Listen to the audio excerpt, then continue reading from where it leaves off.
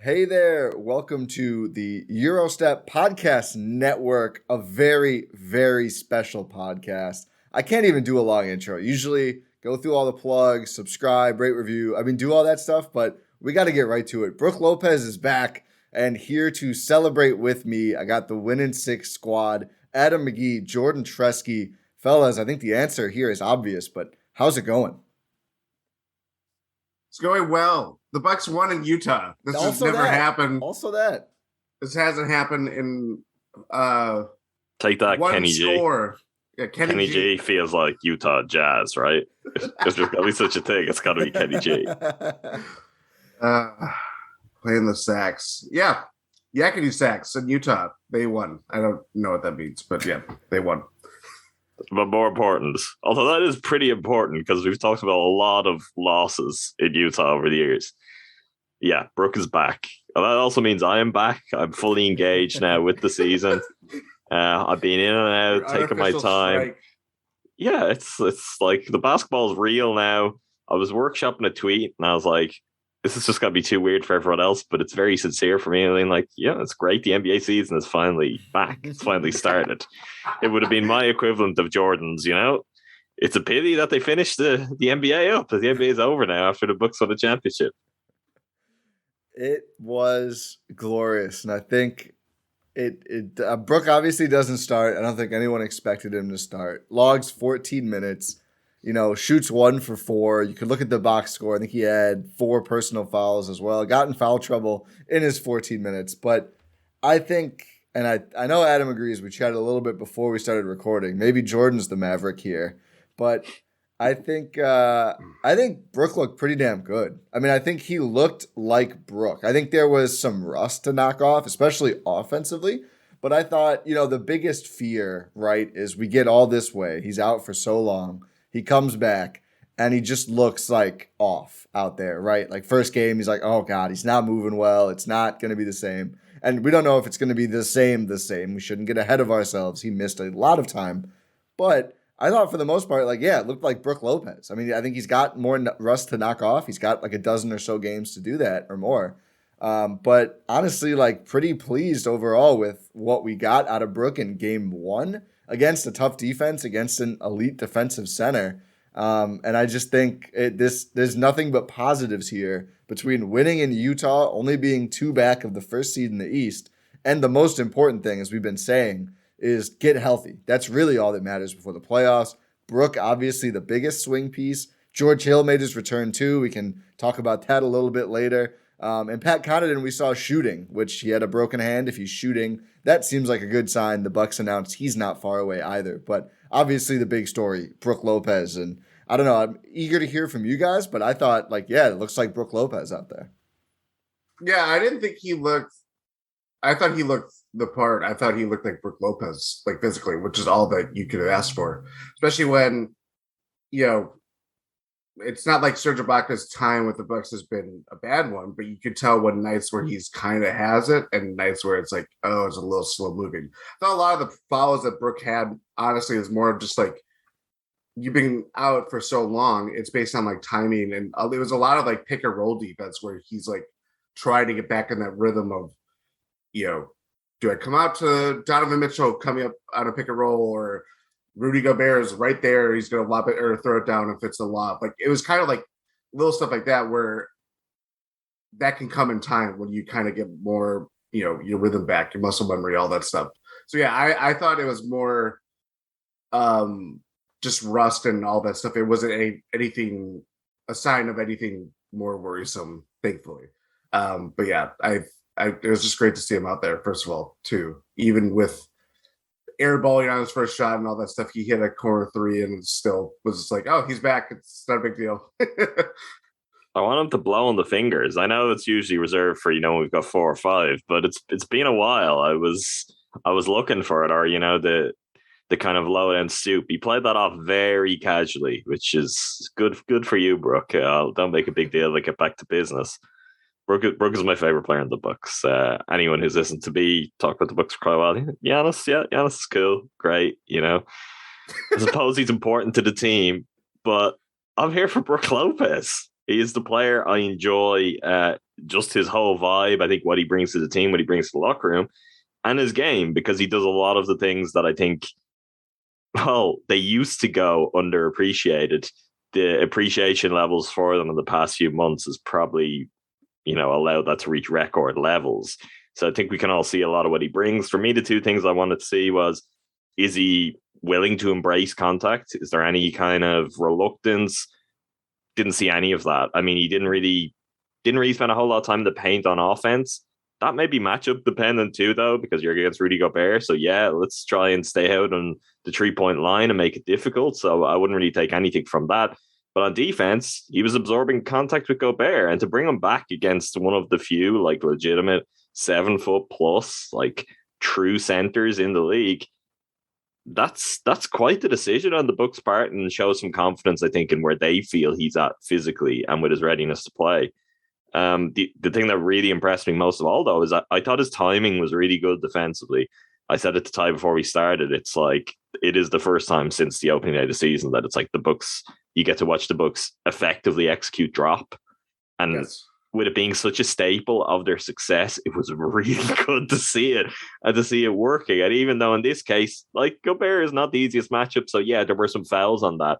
I thought his timing on catching the roll was really, really good. Like he was there, he was pinpoint accurate, like he always is. He was showing the basketball intelligence that's brought him to this point. Whereas, like, yeah, he's pretty much on point. That will only get sharper, that will only get tighter, but that was there. The shooting does not worry me. I think that will take time. But there's also, like, for example, Grayson Allen has not really played with Brook at all. He has not really played in the version of the Bucks that we would probably expect to see a lot more of, both in terms of personnel and in terms of defensive approach coming into, and then when the playoffs come around. So I had kind of questions of, will all of that just work? Will it slot in pretty seamlessly? And, on-off numbers game one for Brook show, yeah, the defense is better with him on the floor and things were kind of working there.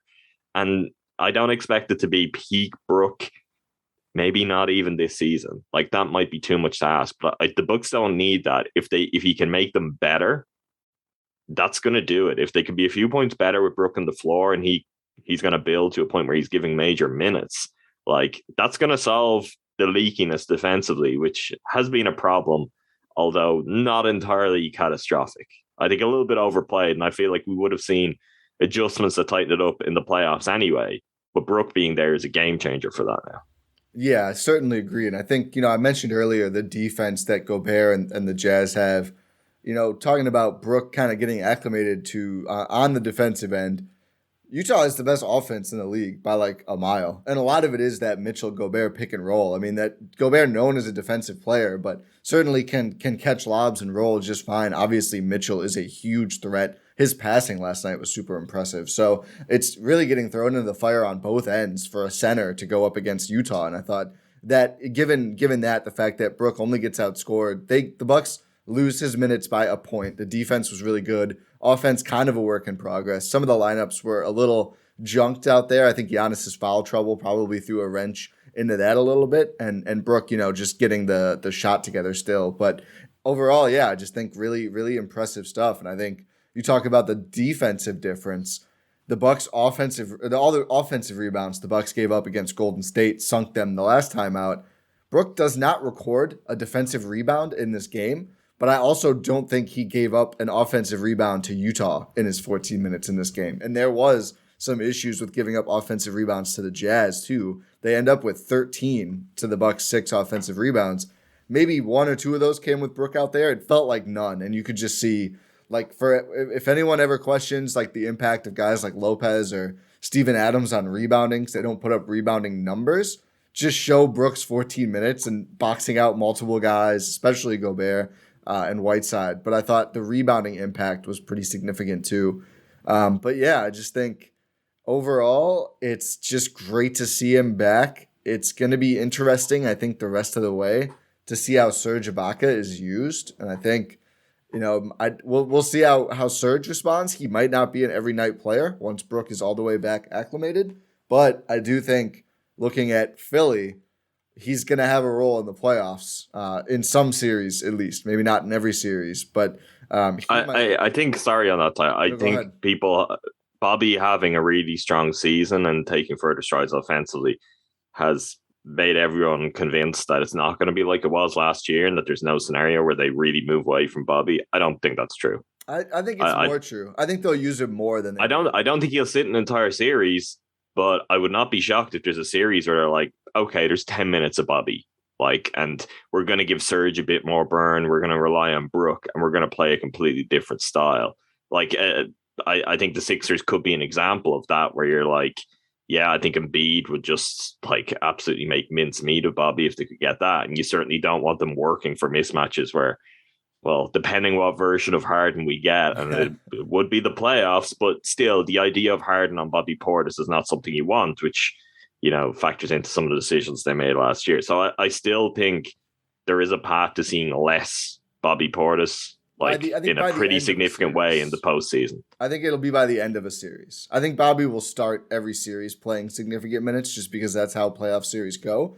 But yeah, it wouldn't surprise me if we got to game 6 Philly and Bobby logs like 10, 15 minutes and Serge plays maybe the same amount of minutes, maybe more. Just because a series like that, like having 48 minutes of Lopez Serge, just makes so much sense so that Embiid is always going up against a big body in the paint. And the option is good too, right? Yeah. Because if you just have a game, maybe it doesn't play out that way, and you can trust Bobby more, and his offense is, you know, it's outweighing what he's hurting you with on defense in the postseason. That doesn't mean that there won't be isolated games where he gets absolutely torched early on, and you're like, okay, we need to move away from this. Yeah. There has to have been some level of discussion about that with Serge coming in and being like, look, we've traded for you, you're here now. We're not necessarily going to have the role for you that you may have had elsewhere, but we will have important minutes for you in important playoff games. It might not be as many, but your quality of minutes here will be higher than they would be in most other places you could have played this season. Yeah. Go ahead, Jordan. Well, no, I just think this is the kind of dance that they have to do for the final month of the season. Yep. How do you kind of rejigger your rotation? Is Brook going to be? Are they going to feel comfortable enough to have Brook back in the starting lineup and have Bobby come off the bench, be the sixth man that they need? How does Ibaka, whether it's 10 to 15 minutes? I mean, he's more of their, not to make this comparison, but it's more Rolo. Yep. Like a Rolo type role rather than, where it was always kind of like, it's in waiting when Brook comes back kind of thing. So I think that's, the Ibaka element is obviously important, but Bobby's capable of doing anything that he is asked of him. But how does his play look when that move eventually happens? Just because we all think that's going to happen. But I don't know. We'll have to see how that kind of all fits together. But last night kind of gave a good indication of like, oh yeah, it's like we go from having no one be the center. Like having a traditional center, I should say. And then, you have Giannis, Bobby, you have Ibaka briefly, you have Brook obviously making his way back. It's like, now it's like, it doesn't feel lopsided just because this whole season has been an exercise of like how important the center is to the Bucks system, to the roster, to considering just how small they're playing at times, even against a team like the Jazz that, Rudy Gobert kind of just makes up all of their size. But it was still just like, okay, like this is kind of like, this is it. This is like they can still add on another piece if they so choose, but like, this is what their team is. If, God willing, if no more injuries happened.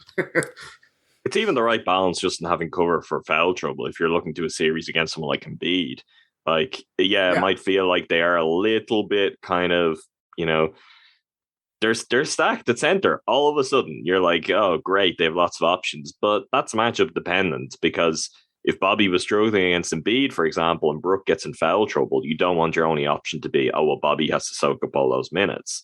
And it is something that we've kind of seen over the years. And it is what prompted them way back when they signed Rolo, was the understanding of just how central Brook is. And wouldn't it be great if we could get exactly the same player?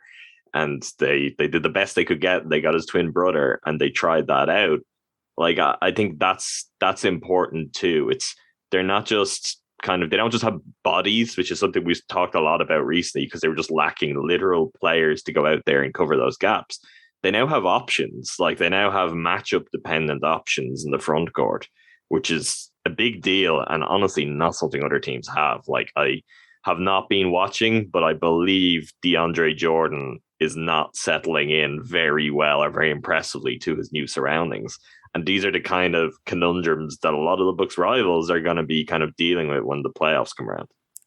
Yeah, I think especially in this conference, I think the depth is not there. I think Miami has a lot of playable guys. They're smaller. They don't have the size, but they have, I think, a lot of guys who they at least trust a little bit to play. But most of the teams, yeah, I don't, whether it's injuries or, whatever's Ben Simmons going on or mandates, a lot of teams don't have that kind of depth. But I was actually going to ask, like, in some ways, Bud's job this playoffs might be harder because last time around, by the end, it was really all hands on deck, right? Like Jeff Teague was playing, which poor Jeff Teague. We always go to Jeff Teague is playing. He's a scout with the Hawks now. He's fine. But, there's going to be a couple players per series probably who a lot of people did they give, he just missed that game against the Hawks last week, right? That could have been ring night for Jeff Teague. I think he got it quietly. He didn't want to. Yeah, he didn't want to do a big thing about it. He said it in that. Yeah.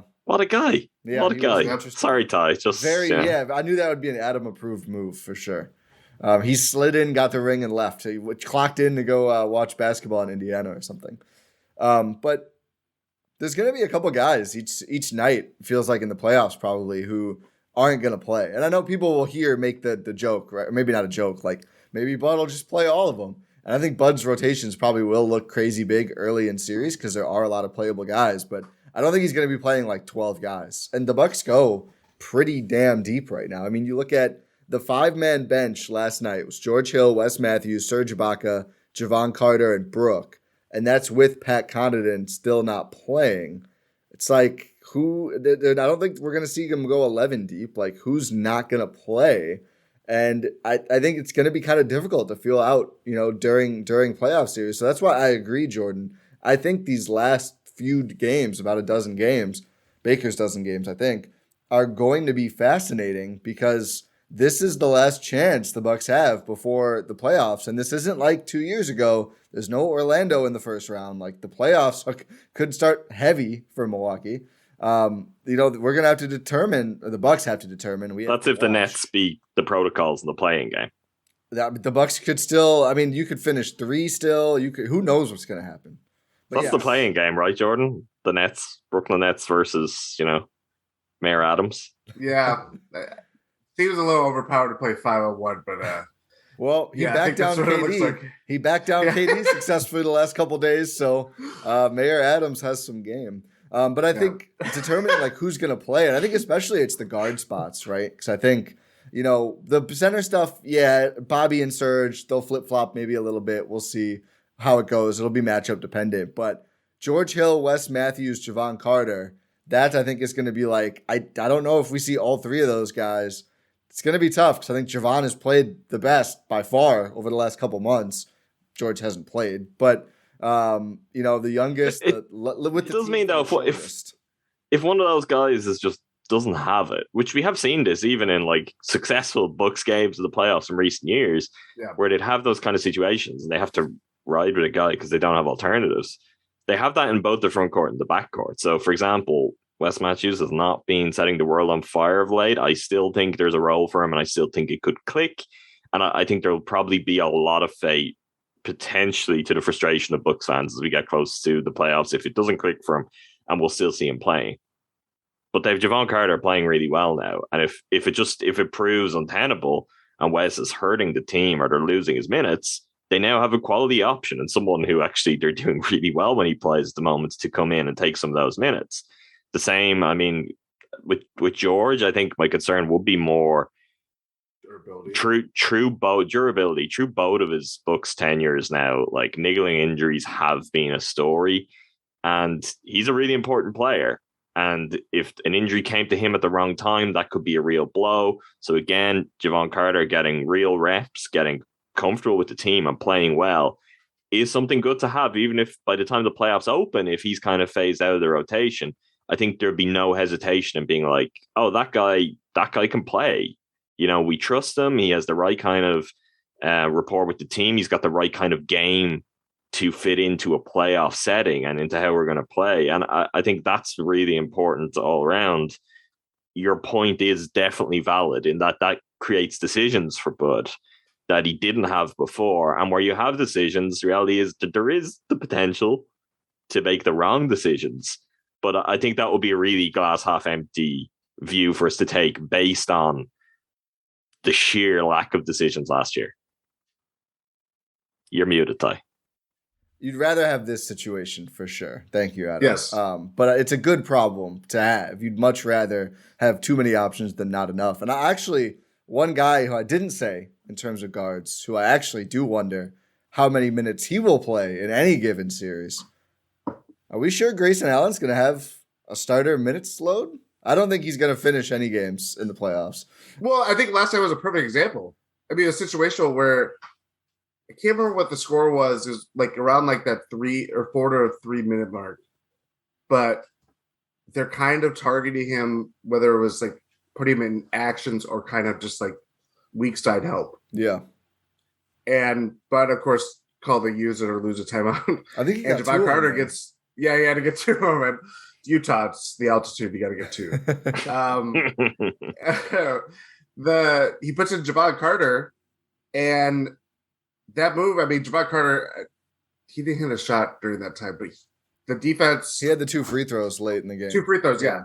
The defense, obviously pressuring, whether it was Mike Conley or Donovan Mitchell, but it kind of just... It's not just about, the defensive help. It also puts Drew on Donovan Mitchell, which, down the stretch really worked. I know Mitchell had a decent game, but his shooting night was pretty rough by the end of it. Yeah. And that's where it's like, I'm not saying Grayson is like Bryn Forbes in that way, but just because I think if you're in that playoff mode and that you're looking for any cracks in the Bucks, you're going to target Bobby in the front court or you're going to target Grayson Allen. And that's where a guy like Jevon Carter can really help the Bucks in a lot of ways because it moves, you get a good point of attack defender as we've seen over the last, 9-10 games.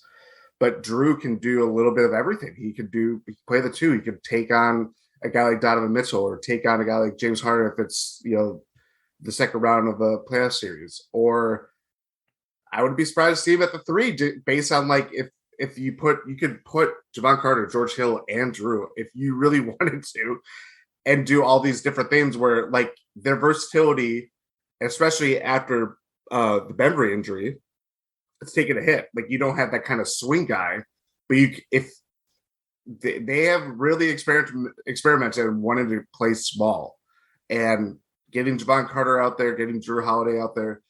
If George Hill is right and healthy, all that stuff like that is an option they want to choose.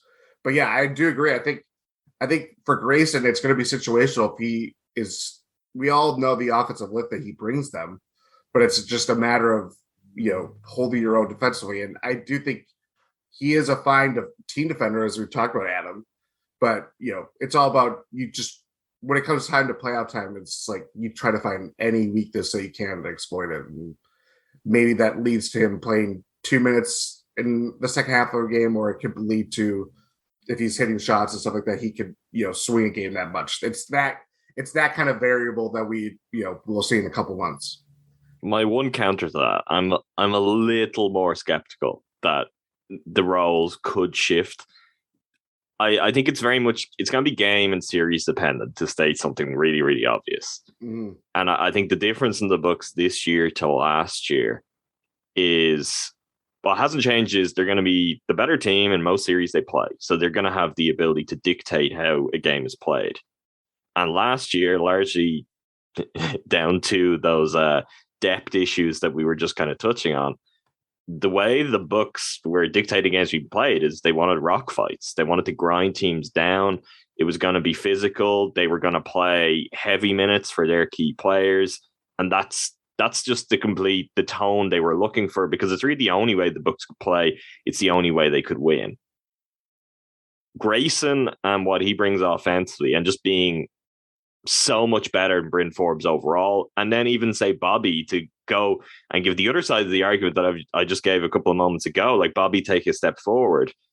The Bucks have the potential, and really they've spent a lot more of their regular season having to do this year, that if they're in a series that is a shootout and they're having a good shooting night, the opponents are having a good shooting night, they may trust in that and try to do a little bit more of that and be like, well, our defense with our core guys is better. We're going to trust if Grayson is the weak link that you're going to target, he's going to be a better team defender than your weak link, and we think will win through that overall. Like, I think there will be times where they will be able to trust in that. So for me, it's going to be much more matchup dependent. But I am also interested just to see, like, game one of the playoffs, particularly with the possibility that we've got a real series, what direction do they go? Like, how do the Bucks want to play in the playoffs this year? Is it going to be that all of the rotation decisions, all the substitutions are like designed to strangle the life out of the game and to make it a defensive battle, which could play to their strengths, although it's not playing to what they've got a lot of reps in doing this season? Or will they be more content than they were a year ago because they've got the personnel to open it up and be like, you know what, we trust our offense in some of these games too? I think for the Bucks, they're in a more varied position where I think they can have more confidence in both sides of the ball, where it gives them decisions to make on, you know, do we go for a more offensive substitution here or up the minutes in the rotation for this guy because we feel like we can just take a team with the offense? Or is it like, well, this is, we're going to lock in, it's Drew Holiday, it's George Hill, it's Jevon Carter, Giannis and Brook, something like that, which is like good luck scoring on a lineup like that. I think they can go both ways, but I would not be shocked in certain series this year. I think the Heat is a good example. I think if the Bucks are going to play the Heat, I would not be surprised to see the Bucks willing to open that up and shake it up a little bit and be like, oh, you've got one guy that can score. You're going to try and lock us down. Like, we're going to put the most options out here, the most weapons out here possible. And that's going to be really difficult for you with some of the guys you have on the floor. Like, they could decide, oh, we're just going to out defense you. And that could be like a series where games are like 68-65 final scores. But I think the Bucks are equipped to just take it the other way. And that might be where they could hammer home their advantage. I do think, though, last night was kind of a shootout. And Grayson ends up playing less minutes than Wes and Jevon in the second half. I think the one thing with that, though, last night is unique because it's a team that has more knowledge on how to get at Grayson and pick him apart than basically anyone else. I think a lot of teams are figuring it out. Sure, but that team and that coaching staff, I mean, that's like second nature to them. They had him in practice in games for a couple of years. And they had him in the division after that too. True. I think he's gonna start the rest of the way. I don't think they're gonna change that spot. I think Brook is gonna start soon, maybe next game, but if not soon, probably. But I do think Grayson's gonna start all along. It's kind of funny. I wonder how much we'll see Grayson and Bobby playing together in the playoffs after they started together like all season when they were healthy. But those are really at this point the two guys who you're at all worried about defensively. And I think they like having the offensive options. I think versatility is the name of the game here, but it's not lost on me that everyone they targeted midseason was a defensive player. I mean, Bembry, unfortunately, now torn ACL, MCL out for the year, which sucks, of course. But Jevon Carter, his offense has been great, but a defensive first player. His defense has still been better. And, of course, Serge, who has actually put up some pretty impressive scoring totals in some of the last few games, but I think generally is a defensive option, or at least that was the appeal. I could be wrong there. They really needed bench points when they got him, too. And we'll see. Tyreke Evans would obviously not be that. But I think they like to rely on the defense, and especially late. And I just think you can get the best of both worlds and still get the scoring punch out of Grayson Allen. But also, like, you know, if it's the last 5 minutes of a close game, why give out a weak link? And I pulled up, I was actually, when you were talking, Jordan, about the Jevon Carter Drew thing, which I've been saying a lot, like, that's what's great about Drew is Drew can guard anyone. So if you feel Jevon is the right move, you can always just put Jevon on a smaller guy and say, Drew, guard like literally anyone else. Like, Drew, go guard. Drew could guard Rudy Gobert. I think he gets out rebounded, but I think guarding him wise, the lobs would be bad. Post ups. He'd be stealing every second possession. That too. Like Rudy Gobert would not want the ball in his hands for more than half a second with Drew Holiday sniffing around them. Like it just would be picked out of his hands every time. I think he already doesn't, but yeah, he really wouldn't want the ball in his hands now. But I looked up last night the 3-man group of Holiday, Matthews, Carter, which they went to a lot in the second half. That's the stranglehold lineup. When those 3 guys are out there, that's you're switching. It's funny to watch teams switch across the perimeter. It's like, okay, congrats. You got off Wes Matthews and got to Jevon Carter. You accomplished nothing on this possession. They played 12 minutes. The team was 1 for 5 from 3 when they were on the court, but they made a lot of free throws. But they were plus 10 in the 12 minutes just because Utah didn't score. And I think they like going to those lineups. The issue is, or the nice thing with those is, you can honestly almost just say it doesn't matter who the other 4 guys are with Drew in these weird bench lineups, because Drew's offense has just been so dependable. The issue's been getting Chris and bench guys' offense units going. But no, I think they like having, if it's those 3 guys and Giannis and Brook, how the hell are you scoring? Put Chris out there too. It's some of those lineup possibilities are just really, really intriguing defensively.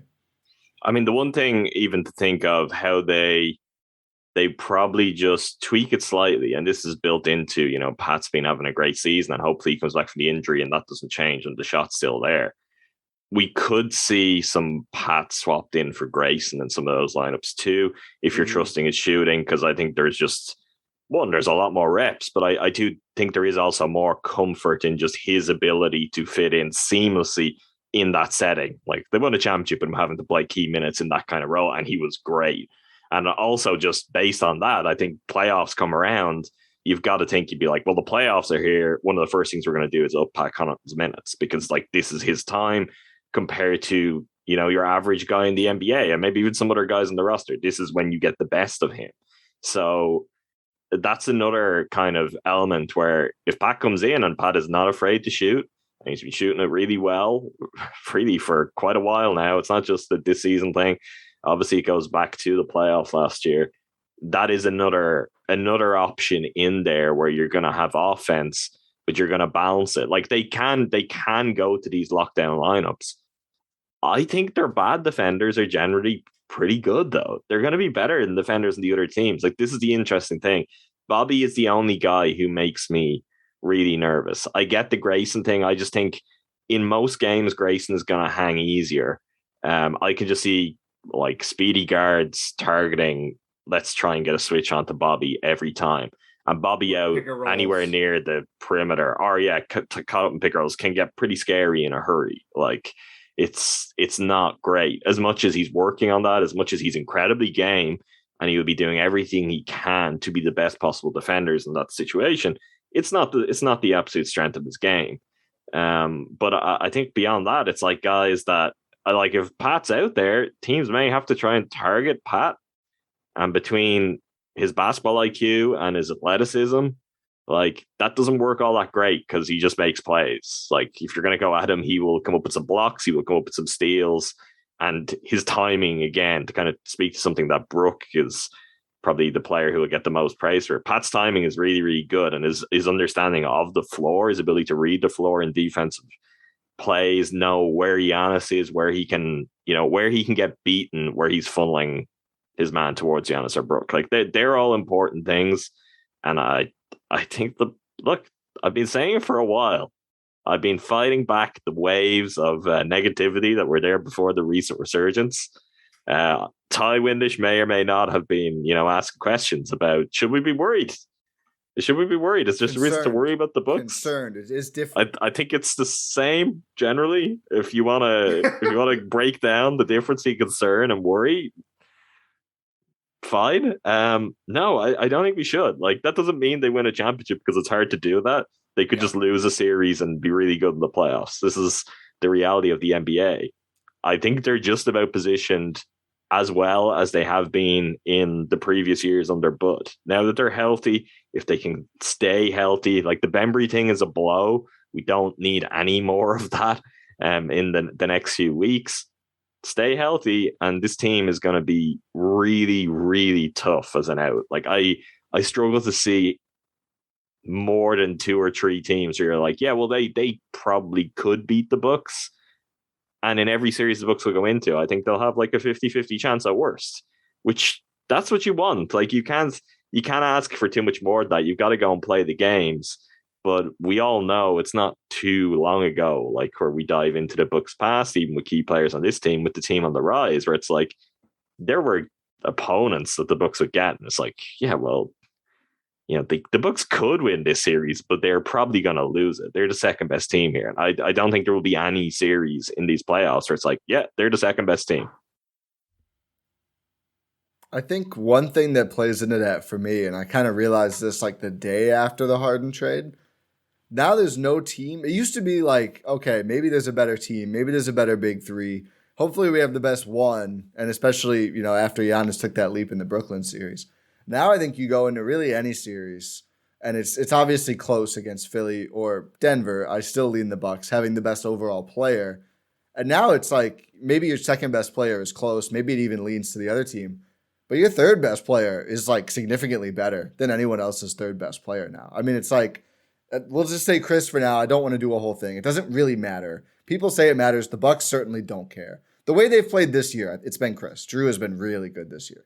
Playoffs, maybe it's a different story. Again, it doesn't really matter. No, I agree with that. I agree. The Bucks don't care at all. None of them care. They could care less who it is. But I think just whoever it is, like the other team's third best players, it's like Tyrese Maxey having a good season. Don't think he's as good as Chris or Drew. Ben Simmons, is he going to play games? I mean, Kyle Lowry, is he going to shoot at all? Is Kyle Lowry the second best player on that team? I don't really know. But regardless. Kyle Lowry's also 35, 36? 35. It's they're weirdly not as good when he and Jimmy Butler and Bam all play together and none of them shoot. Hard to figure that one out. But I just think that's now it's like you're better in different ways, and you're probably deeper than any other team you're going to see in terms of overall rotation too. So yeah, I agree. I mean, it's not a lock that they win a championship. It's freaking hard to do even if you stay healthy. Yeah. But there's no such thing as a lock to win a championship. No. That's the most important thing for that, really. But you've got to feel good. Yeah, I'm not concerned anymore. They're getting some of the guys together. They got Brook back. It's injuries now. I don't even care about seeding anymore. I used to be such a big seeding person. Part of it is because it's too hard to predict right now. It's all too close, but it's really whatever. I mean, I'd like an easier bracket this year than last year, but if it doesn't work out that way, it doesn't work out that way. Can I ask you, because one other thing that I don't know actually if we talked about this, but I'd heard you talk about on pods, and then Jordan and I had, so we've been having separate dialogues about this. It may have been a one-sided conversation. You may not be aware of it. You guys are running a pincer maneuver here. Like, we met about this separately. But you, quite a while back, were of the opinion that the one seed was gone. I mean, it's 2 games now. Are you? I think it likely you background on that? I think it likely is still. I mean, it's not gone, but it would be tough because the way the tiebreakers work, because they split the season series with Miami, is that you need to either finish with a straight up better record, so there really would be 3 games back from that angle, or you need to finish with a better conference record than the Heat, and that's going to be tough because the Heat have 5 less losses in conference. So pretty much the Heat need to bungle it down the stretch to get 1. But honestly, it could happen. It could happen. They haven't played very well recently. But I think maybe the more interesting thing is, like, is 1 worse if Toronto holds 7 and the Nets have to go without Kyrie into Toronto against all those good defenders who are going to go at KD all game? Jordan's going to say we've no guarantee that the Nets come out either, which... I was not going to say that. I was going to say Cleveland might fall back into that play-in run. I think Toronto's only a game behind now. And that's, if Brooklyn stays 8, that's their best case, right? Because you go into Cleveland, you get Kyrie Irving. I mean, right now, the way it's set up, it would be great if the standings held, because the Nets would never get Kyrie in a play-in game. They'd have to play 1 or 2 without him, which would be... The Nets could seriously lose to the Hawks, too. Like, that's a team where if Trae Young just had an absolute heater, like, you have no margin for error. You're in the play-in games. This is what happens. Like, I can't see KD losing twice in the play-in. I would be stunned. I think he's still got that gear, but it's possible. One off night from him, that their margin right now is him. It's really just him. Yeah, when Kyrie doesn't play. The rest of that team stinks. They're bad. Kyrie's playing great, and the record is terrible. Like, right? They were just losing games for fun with Kyrie playing pretty well before KD came back. So It's pretty simple. Yeah, I mean, as good as Kyrie is, he's not like anchor the whole franchise level. Like, there's only a couple of guys like that in the league, I think. I mean, look at the way LeBron's playing this year, and they're worse. They have an under 500 record with him playing games, which is crazy considering how good he's been. Bucks draft Bronny, but I don't think it's likely they get one. Don't. Do you want LeBron bringing the team down? I'll take LeBron for a year. I don't know. He might be a bit of a troublemaker. I think he is a bit of a troublemaker, but if you're starting, I don't know if you want to bring LeBron to the mix. Such a great job. You're trading all those picks away. I wish he went far enough to get there. Like it's like Messi going to PSG. That's what it's like. Is that working out well? It's like you've got Giannis, you've got all these. I thought even you would be aware of that, Jordan. You're probably aware that's not going well. I am aware that it's not going well. I believe Messi has 2 league goals. Are you telling me it's messy? It's pretty messy over there in Paris. Fair enough. Let's not get too distracted on if it's bad if LeBron signs with the Bucks. I think it's bad. Okay. But I mean, one could end up being like one of the harder seeds. Like, I think it's probably likely the Bucks and Philly finish 2-3. But what if the Bulls finish 3 and Philly finishes 4? So the Heat finish 1. You get Brooklyn in round 1. You get Philly in round 2. Like, one could be the gauntlet. We don't know. We don't know where the mines are going to be. Like, you could realistically draw up a scenario where any part of the bracket is the easier or harder side. So I just don't care that much anymore. 1 would be cool. I think it's always good to finish 1 in some senses, but and they only lost. If I don't go to the playoffs, they won't lose in Fiserv this year in the postseason. So that's good. We're just gonna get Jordan there, and you stay at home. Exactly. Yeah, that's how we have to split it up that way. But I just don't care that much at all anymore. They're not going to be a play-in team. They're not going to finish outside of the top 4, most likely. So it's like whatever, finish wherever. All that matters is that they're good, like that they're playing well and they're healthy. Because you've got to beat these teams anyway. Done all season. Yeah, dude, I still don't think they're at their. I still don't think they're gonna. I think the good thing is that we've yet to see their best ball this year. That could be in the playoffs. 100%. That could be in the playoffs, the way things are trending. I mean, last year, if we were to do this exercise, where it's kind of now like the gauntlet could involve the Nets early, then the Sixers after that. I think the 2 teams last year that we would have been like is based on what happened the year before would have been the Heat and then the Nets. And they had to go through both of them. And it became the big kind of philosophical question down the stretch, because it's like, are you looking to play your way into a series with the Heat? And the Bucks made the call. They don't care. They just need to win. And that was the right call. And if you're the better team, which I think they are, like, would it be tough against the Nets? Would it be tough against the Sixers? Sure. But are you serious about winning a championship? Because if you are, you don't like look to dodge that to play the Cavs, or it's like you're going to have to win those games. You're going to have to win some series anyway. It doesn't really matter who it's against. Yeah. The one other thing, the reason I don't think that the 1 seed is dead, I think the Bucks have reason to, the reason being Brook, they have reason to not take their foot quite as far off the gas this year as they have in previous years, because I think it's just a good idea. Like, they don't have to be going full tilt in games, but 25, 30 minutes of guys, like, get them in, get them out. It doesn't really matter what's happening, where you're just continuing to build on that, continuing to find your rhythm as a group and getting yourself in the kind of prime position. The Heat may respond to this in a completely different way and start shutting guys down.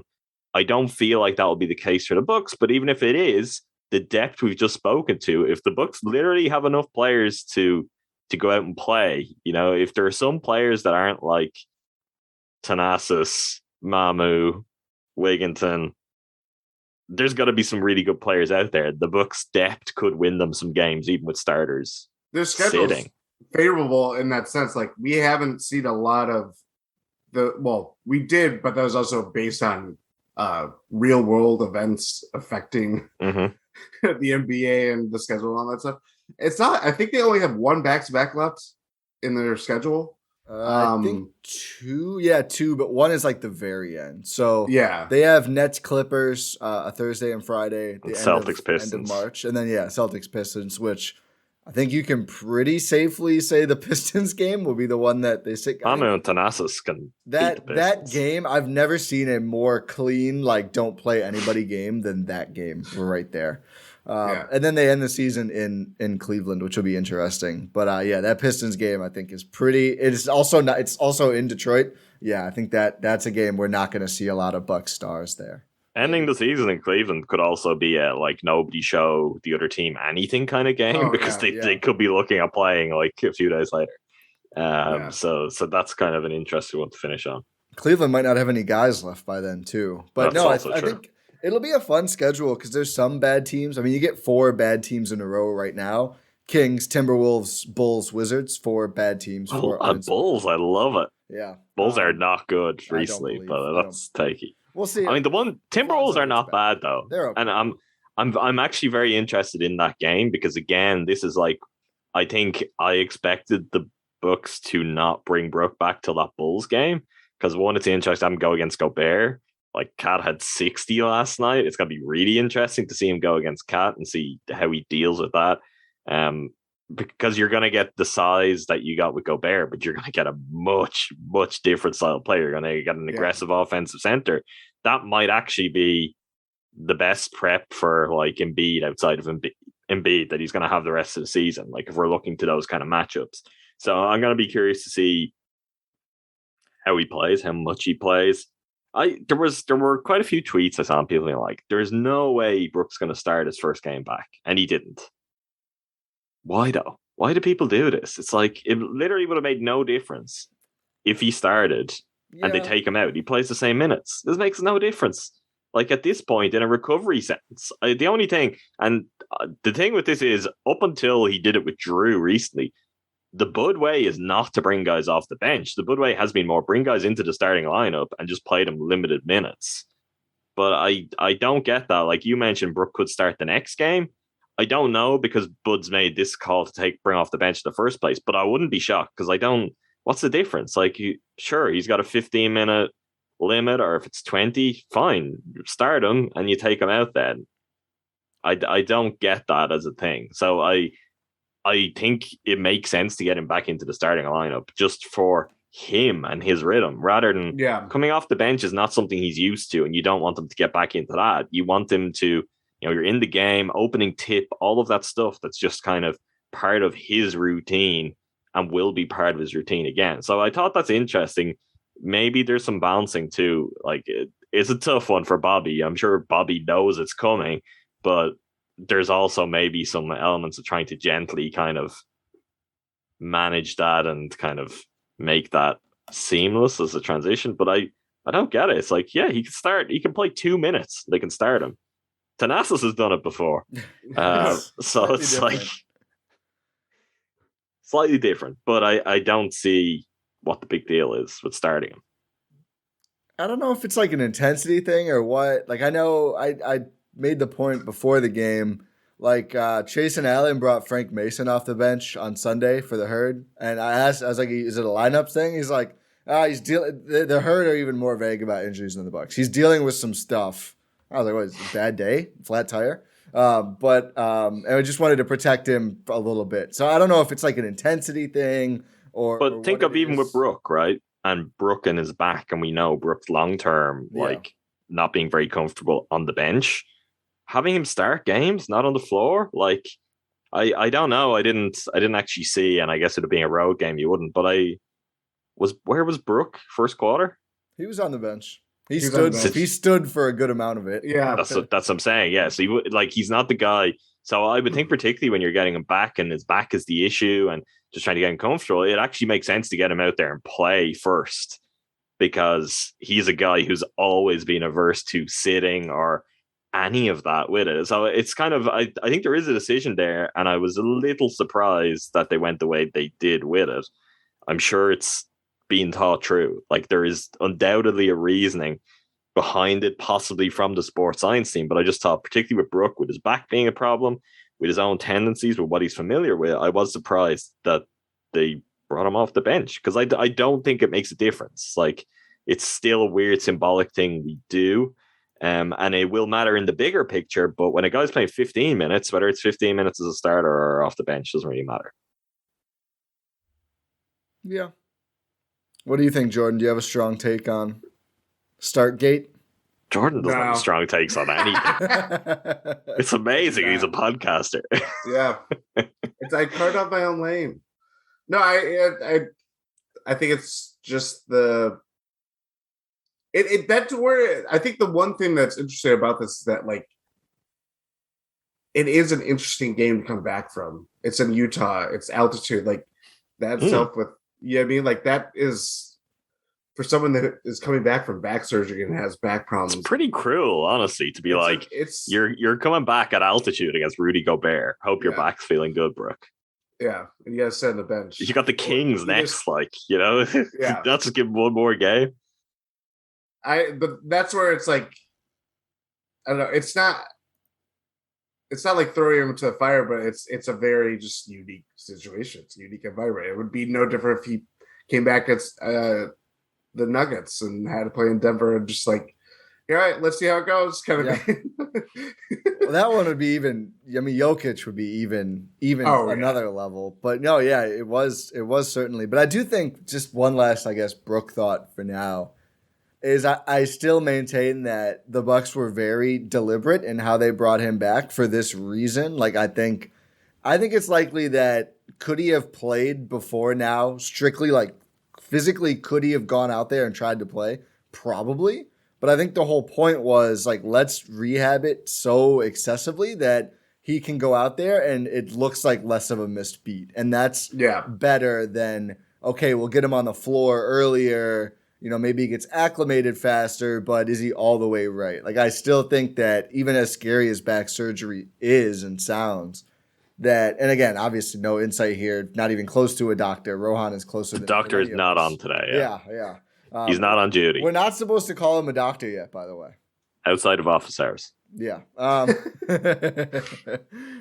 I still think it's like, I like the way that they did it. Because it did, even in a suboptimal first game back, we all just said earlier, looked like Brook. And I think that's a huge positive. So I think they must have just determined like, you know what? He's ready as ready can be. I'm sure he's dying to play. I mean, they've said like he really wants to get back. So I'm sure it was like, I don't care, man. I'll guard anybody. Just let me get out there. And it's going to be, I hope he does play against Sacramento. I'm guessing no back-to-backs. We'll see. But I know. And you have quite the layoff afterwards too. Yeah. I mean, the back-to-back is far enough away as well. Like, I mean, he's back 2 weeks with quite a few games under his belt before you're worrying about a back-to-back. So I don't know if that will be the case. Yeah, and I think if they do sit one, I think it's Philly then Brooklyn. Yeah, it is. Yes. No, it's not. No, it's Brooklyn then Clippers. So yeah, you could play. Sorry, that's the against all of those teams. But yeah, I think you play Wednesday night again, late night against the Kings, and then you're off until Saturday at 4 p.m. Central against the Wolves. Why? Speaking my language. Adam McGee game, I guess, but why? It's actually a little too early for me. I hate when they do this. You should send a memo. Hey, if you're looking out for the Europeans, could you just scoot it back 1 hour? But a lot of days off, and then after that too, from Saturday to Tuesday, I think you're seeing the Bucks still, I think, have more games played than most teams in the league, or at least in the East.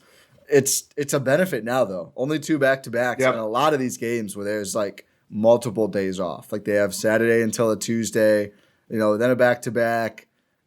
Most of the time, it's 1 or 2 days off from here on out. So I think that's going to be really nice for them down the stretch run. And then the play-in, the other part of that, of not having to worry about missing out on the playoffs, is you also get a couple days before the first round series to rest up too. So I think rest-wise, they're in a really good spot here. I think we're going to see guys get nights off at some point, but I don't think they have to be. I think they can be responsible with it while also like getting to play full strength for most games. I think like you said earlier, Adam, they're going to cherish that with just now getting Brook back and being able to say, hey, for 10 of these remaining games, we can not even worry about having to rest guys or take guys out early. Yeah, I agree. You're talking about George Hill. George Hill made his return too. I wonder if George Hill is bummed. Everyone's like so excited about Brook. He's like, I thought this was the George Hill game. No one told me that everyone was going to be more excited about Brook. It's the Bucks return game. Bucks, George should have made it the George Hill game then. Yeah.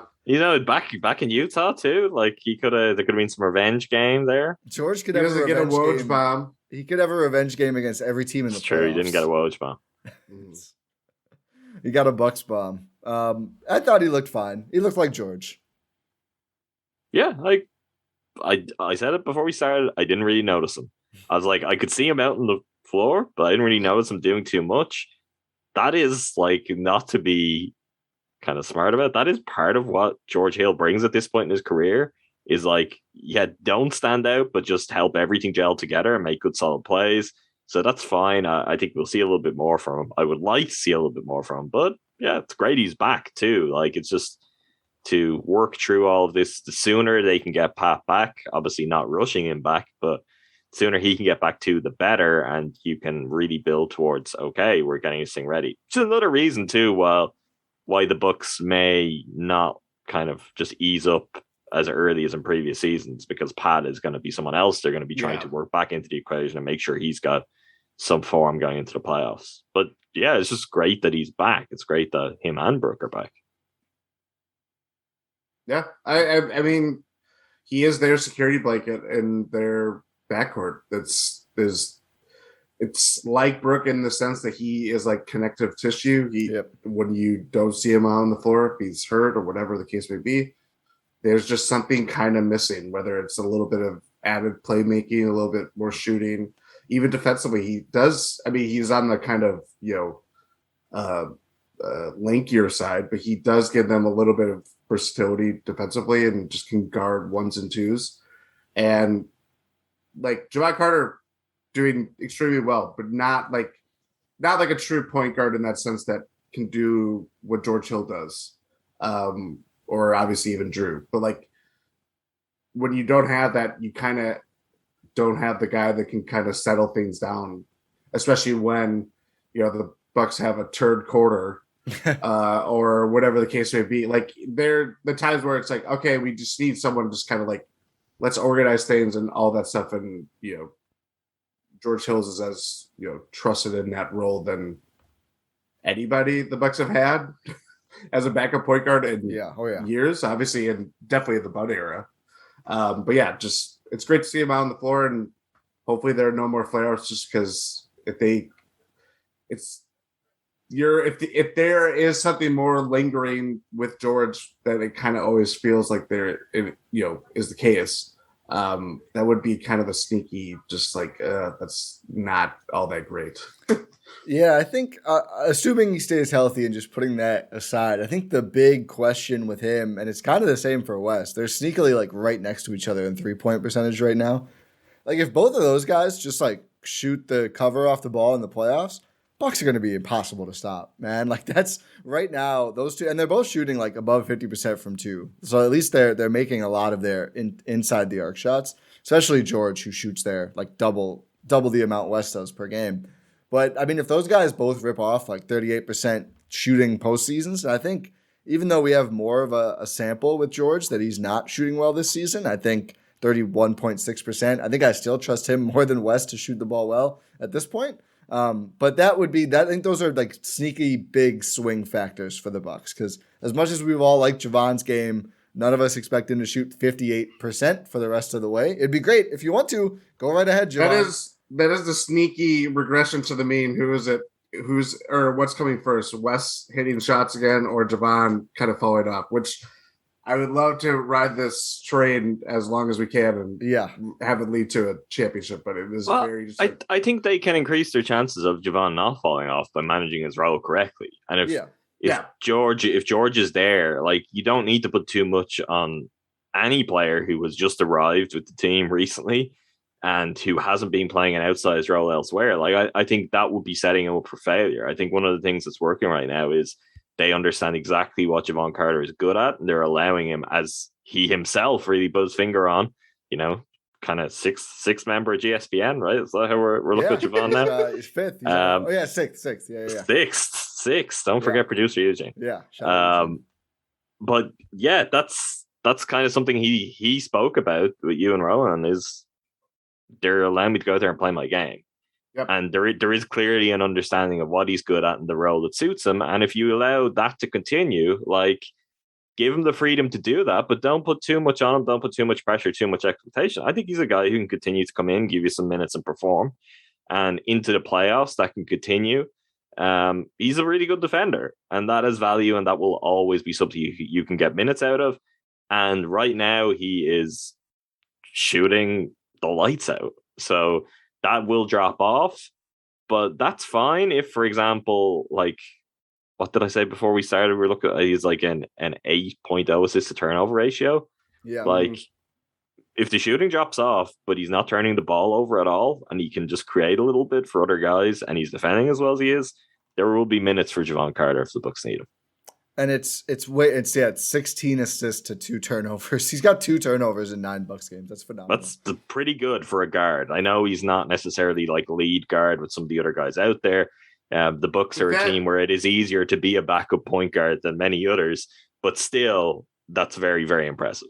That's also, I think we talked about the last one in 6, that like the fact that he doesn't need to be a point guard or doesn't need to lead the offense like he was doing in Brooklyn, because Kyrie was doing Kyrie things.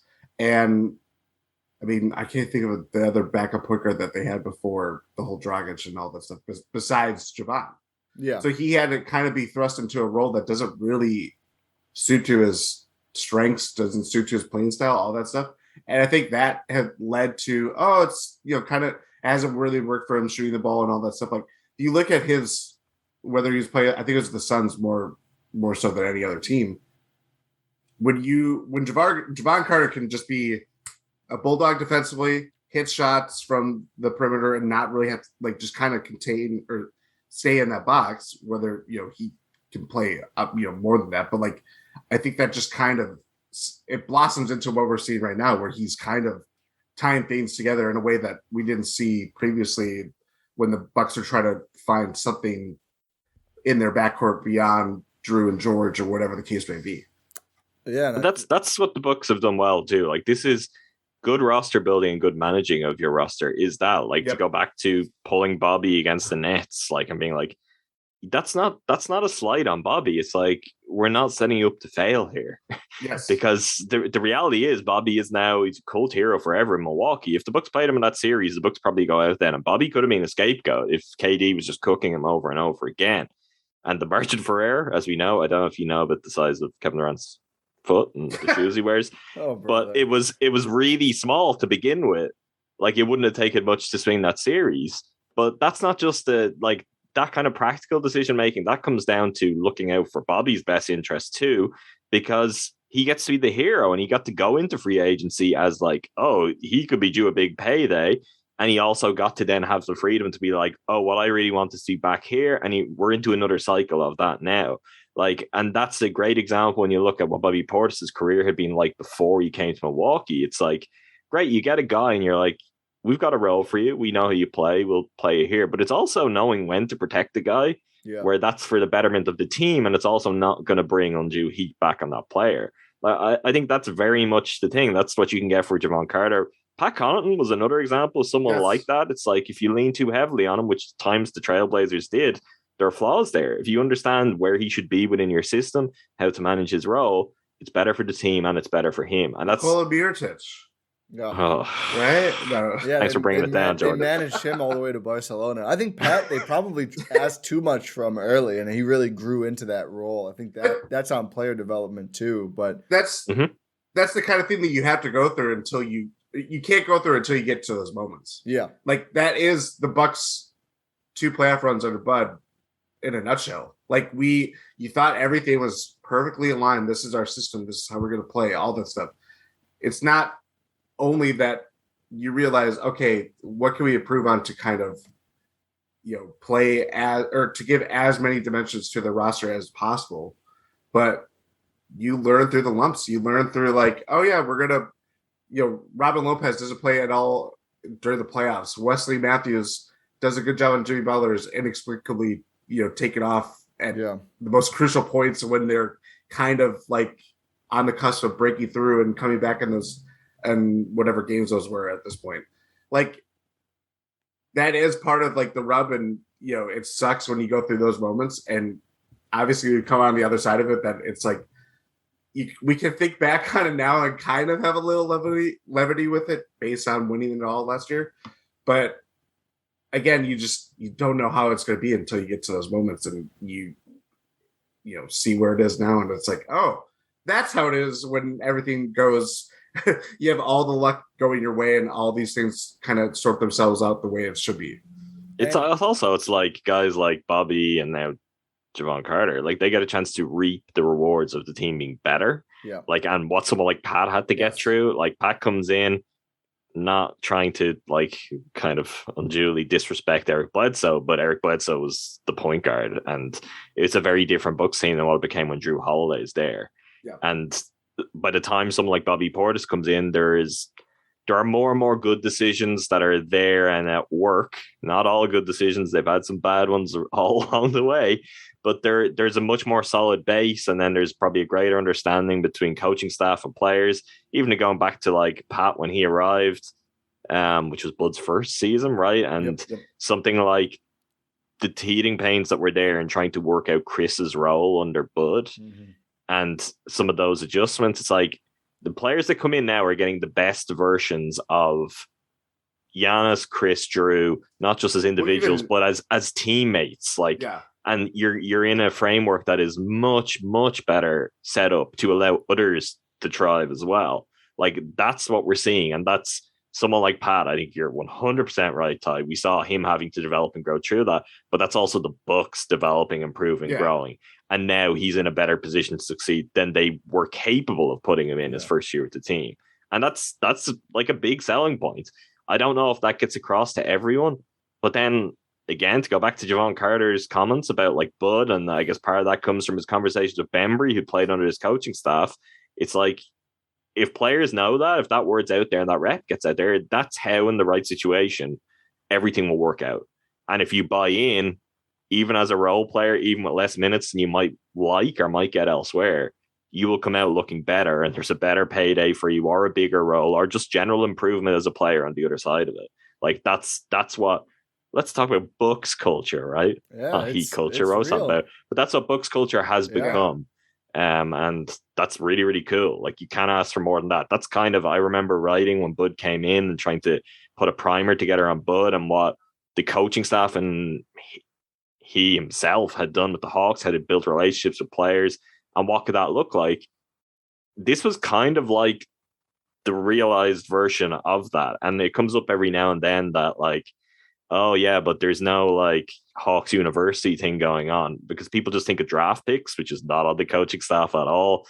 It's on how this has been put together, but there has been internal improvement and development of kind of low risk free agent signings. Like, they can't build the team in that way, but they're finding ways to get players and get more out of them.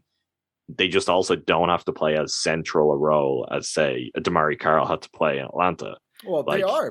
Because the stars you have. Of course, Wing Universe. Pat Connaughton. Yeah, but Pat is the example, but Pat doesn't have to be a fifth starter even. Well, no, and that's down to your top end talent too. So the situation is just a little different all around. Yeah, Bud, I mean, he's been given a continuity with his best players that he didn't have in Atlanta. DeMar Carroll, I'm not saying he was the best player, but he leaves after their big, 60-win season going to conference finals.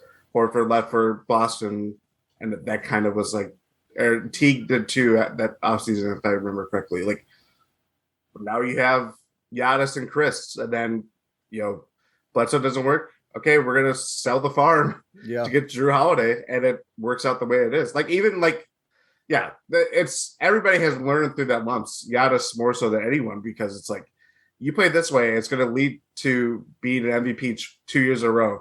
And then when come playoff time, it's like, no, this way doesn't work. It's not how it's supposed to be. It's like, well, that's how I was taught to, this is what, this is success. But that's where it's like going through all those things. Even if Jevon Carter wasn't there, Wesley Matthews obviously saw what the heartbreak was of going through, the bubble and all that crap. And having that knowledge and experience, you kind of just like, oh, okay, this is when all pieces fall into place and going through those tough moments, you can kind of fine tune everybody's role the way it should be. And it's kind of, that's where it's like, yeah, there's been a lot of adversity this year, and it's been different than what we've gone through with, past Buck seasons, but it could, that's where it's like, okay, things are kind of getting back to where they should be. Everybody's playing where they, everybody's playing nearly. Yeah. And that's where it kind of, it's like, okay, things are kind of bubbling back to where it should be. I don't know. I think two last things on Jevon Carter. One, it's not been talked about as much, which is good. I think we should focus on what's happening right now. The honest age bracket that I've talked about a lot. He's 26. Like, if there's a way to keep him after I think certainly there would be interest on the Bucks side, presumably from his side too. We'll see how the playoffs go. But if there's a Bobby Portis like bridge, probably for less overall money at the steps, but if there's some sort of a bridge there to keep him around, I think that would be ideal, because you look at, as George and Wes do age, he could be filling in for at least one of those guys going forward, at least from what we've seen so far, for sure. Let's be honest too. They are aged. Yeah. It's not even as they age. Yeah. They are aged. Like, it's one of those things with Wes where it's like, he's not playing great right now. It'll probably turn around. It also may not. Like, at any moment, both these guys with the miles on the clock, with their injury histories, with everything, like it could just fall off a cliff and that could be it.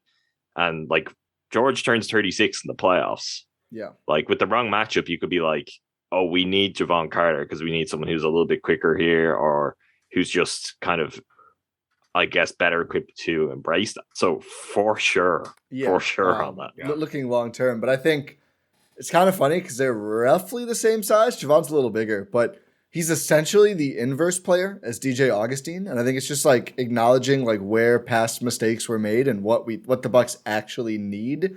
It's basically like DJ Augustine only could do anything with the ball in his hands. He couldn't even do much then because he's just such like a pick and roll guy, and the Bucks just didn't run as much of it then. And even when he tried, he just flew out of bounds. I don't understand how he was that bad, but a bad defender, was not shooting well, didn't really do anything, useless without the ball. And Javon's like the exact opposite. Like, he doesn't really need the ball at all. He's effective anyway. The defense is very reliable. The one thing is he is 1 for 9 from 2 so far. It's such a small sample, and he acknowledged like he's not really used to working in dunker spot offenses. So I think that's going to be the adjustment there. And I think finishing around the rim will be a big deal. I think many of those shots were not like missed layups. They were missed like push shots and mid range and stuff like that. But no, I think I think the Bucks have gotten better as they've gotten better just intrinsically. I think they've also gotten better at identifying who is a good fit and how guys can fit around what they've built, especially now that it is so plug and play around Chris Giannis. Yeah, agreed. Mm-hmm.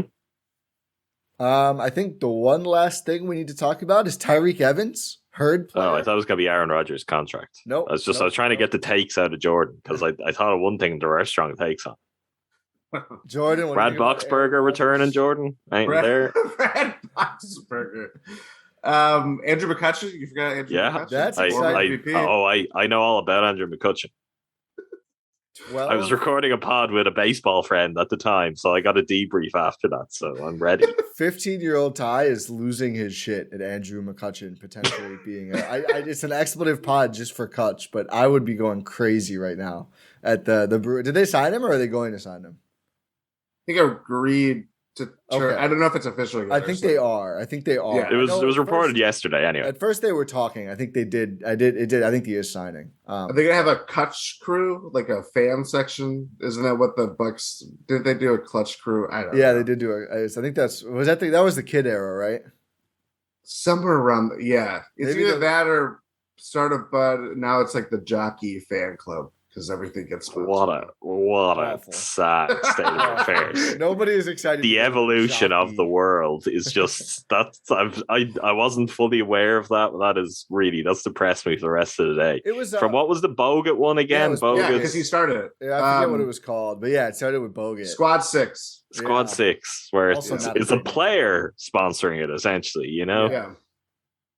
You know, just a player reaching out to the fans, a good wholesome relationship. And we have now got the jockey fan club. Yeah.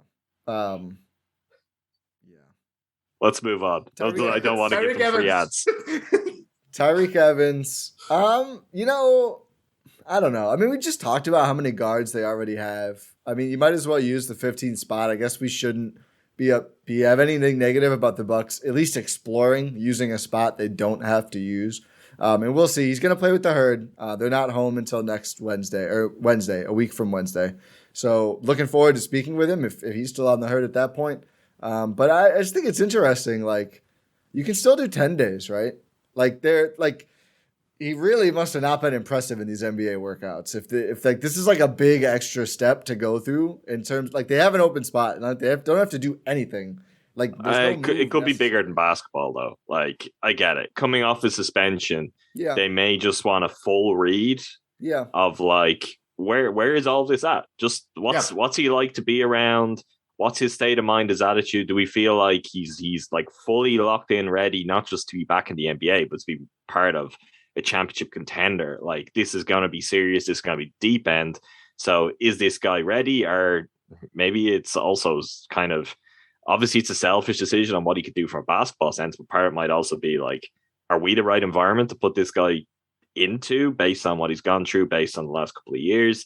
So I think this is actually an interesting case study for a team being like, let's get him in the Herd and let's report back on what all of that is like, what he looks like in practice, what he looks like in games, also just what he's like to kind of interact with coaches day to day, teammates, what he's like in the locker room.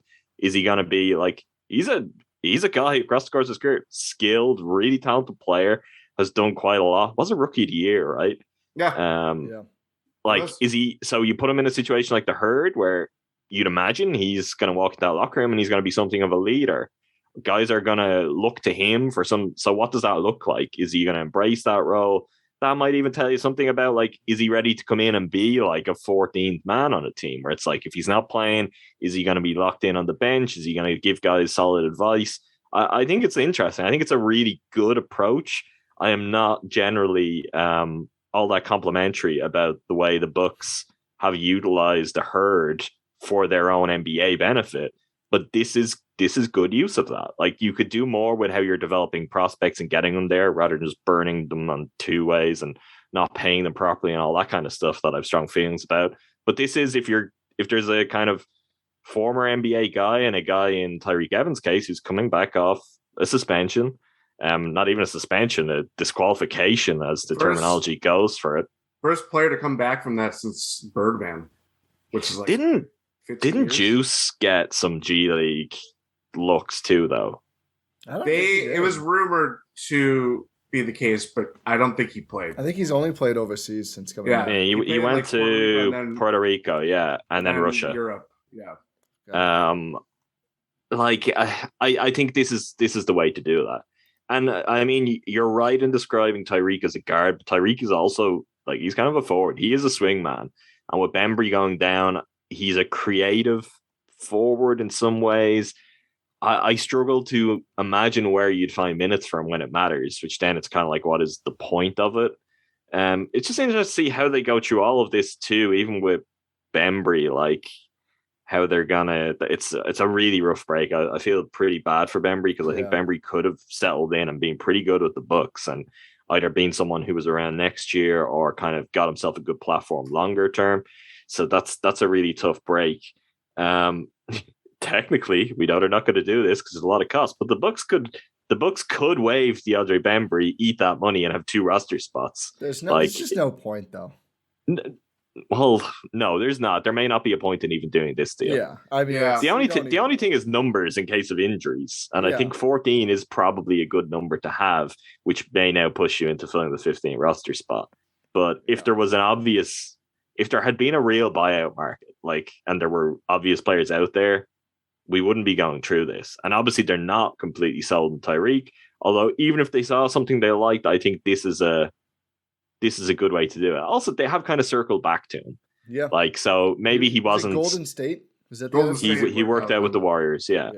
But I mean, they're giving him more of a commitment than the Warriors allegedly did. I mean, that's where, to your point of, like, they're kind of going to see, like, how bad do you want to come back to the NBA? Also, are you willing to go to the D League? Are you willing to play, come knowing how G League life is and all that stuff, like, are you willing to come back to play under those parameters and kind of let's just see where you are at within a team context rather than like, bringing guys for workouts and seeing how that looks and all that stuff. It's like you are seeing how is Tyreke Evans going to fit within what they are, their culture and all that stuff, and see if it kind of, fits. Just because you're not going to see that from a workout. You're not going to see how is he like day to day.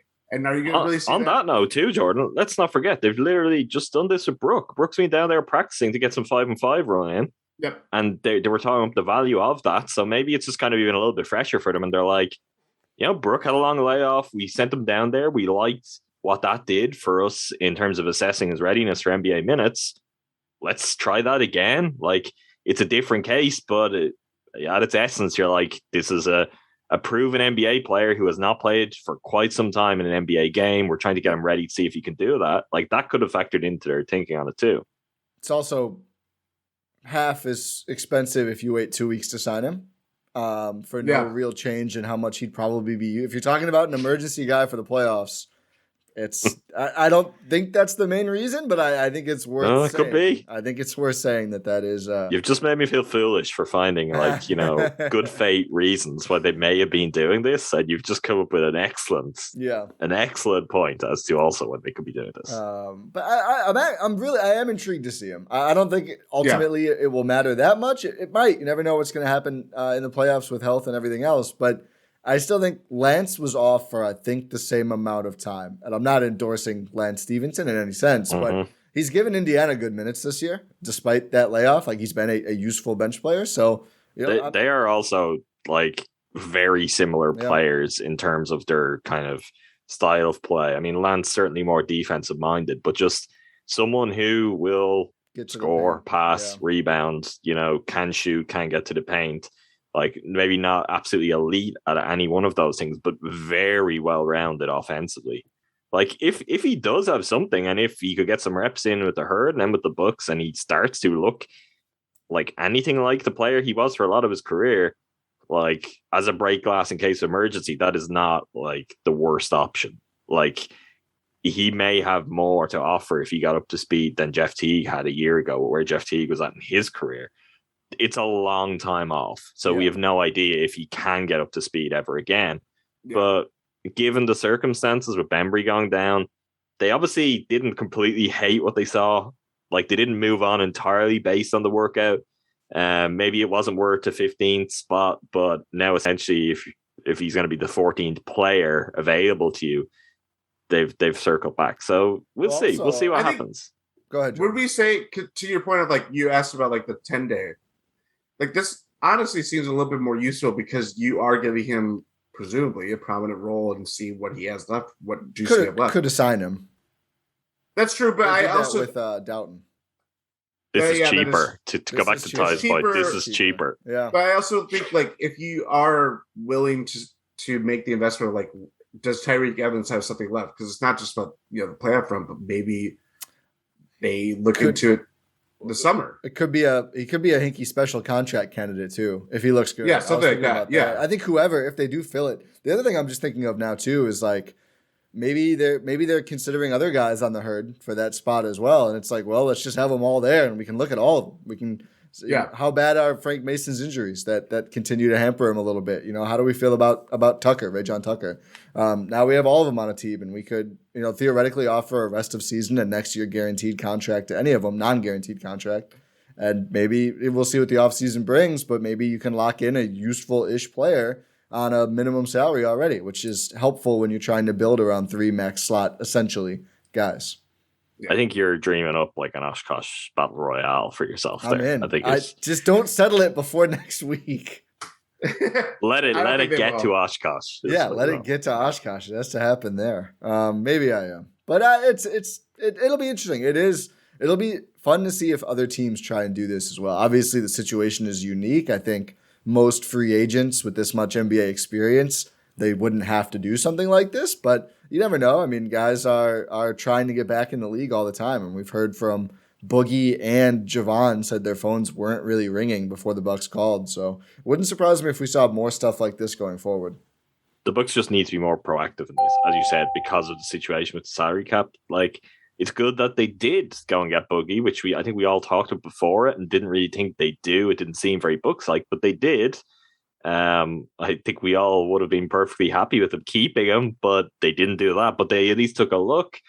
Jevon Carter, again, they were like, yeah, sure, we'll do that. And that's right now looking pretty good. So yeah, there's nothing to lose, particularly with this way of doing it. Like that's the one thing, is if they have any concerns about his attitude just not being right or not being kind of ready to lock in the mindset that they feel the rest of the team is already in collectively, like, yeah, maybe that's why you send him to Oshkosh and you find out, rather than bringing him in and being like, oh, this is different. This has potential to throw off the balance. I don't mean that about him as like a disruptive personality either, because to be clear, like this was the drugs of abuse, suspension, disqualification, which is really serious.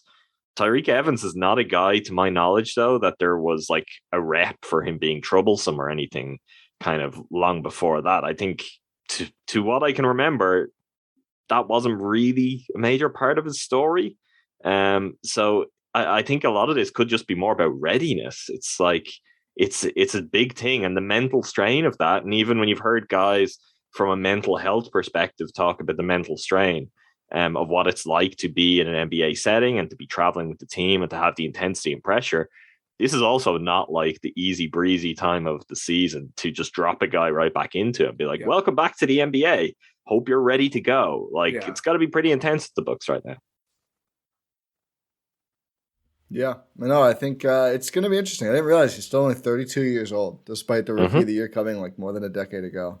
It'll be, it'd be awesome if even if it's not with the Bucks, if he's able to restart his career in some sense in Oshkosh, that would be a super cool as well. So, do we have any? Is that it? Is that all the Bucks stuff? I mean, the TLDR is Brook is back, baby. Everything's good. Yeah, I think that's. I'm good. I'm good. The Bucks are good. Very good. Packers good. I was gonna say, Adam, do you have are you what 5 teams you concerned are gonna offer Devontae Adams more role or more money in a trade? Gotta work it out. I am still figuring out the NFL cap, which right now it seems like is just a made up construct. So everyone's just pretending there is an NFL cap. Is. Life would be much easier for the Bucks if the NBA cap worked like the NFL. Imagine just would the Bucks go that deep?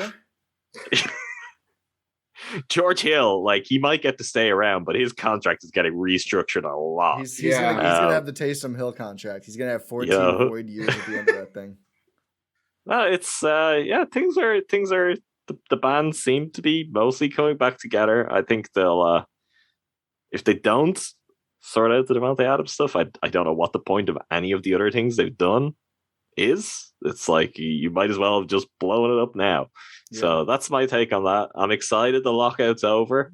Yeah. Really excited.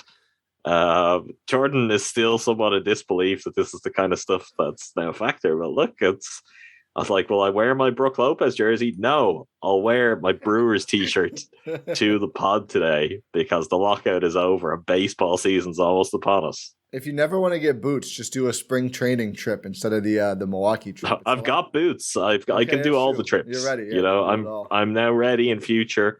I'm ready for all the trips. Baseball, football, Bucks. It's all gonna happen. It's gonna be hard to time all those out for the same trip. Okay, we've got it worked out. You do. We've got a perfect review, and I'm glad that this is perfect. This is the next one up. Perfect 5 stars, of course. From Leela via Apple Podcasts. As a reminder, leave a rating and review on Apple, Spotify. Send it to us, eurosteppod@gmail.com, or any of us on Twitter, at Ti Windisch, at Jordan Treske, at Adam McGee 11. And you can get in the Eurostep Discord. We'll get you in there. You can get to our playback rooms, get heads up on the content, chat Bucks with us and fellow fans. But we also read them on the podcast. So Leela with spaces says, a great podcast. And they write 5 stars, of course. It has taken me far too long to write this review. I am a longtime listener of the Win in 6 podcast, going back to the Jason Kidd and Joe Prunty days. I have always thoroughly enjoyed Adam and Jordan's back and forth. I had never listened to Ty and Rohan prior to the merge, and while I was skeptical at first, those concerns didn't last past the first episode. All of the hosts are knowledgeable, funny, and provide a great combination of analysis and diverse perspectives on the Bucks. Anyone who follows and roots for the Bucks should be listening to this podcast. That's exactly what we wanted when we did the GSPN merger. What a beautiful review. Put that on the poster. We might have to share that one. That's a really good review. Thank you so much, Lila, for leaving that 5-star review. Very much appreciated. But thank you for listening through to Jason Kidd and Joe Prunty. That's probably the more thing that we have to point out first. Our pods are more mellow now than they were then, too. That's for sure. Yeah. We're out of the DeAndre Liggins saga, thankfully. Maybe he'll get the next shot with the herd. But until then, thank you all for listening. Go Bucks, pod random, and we will talk to you next time.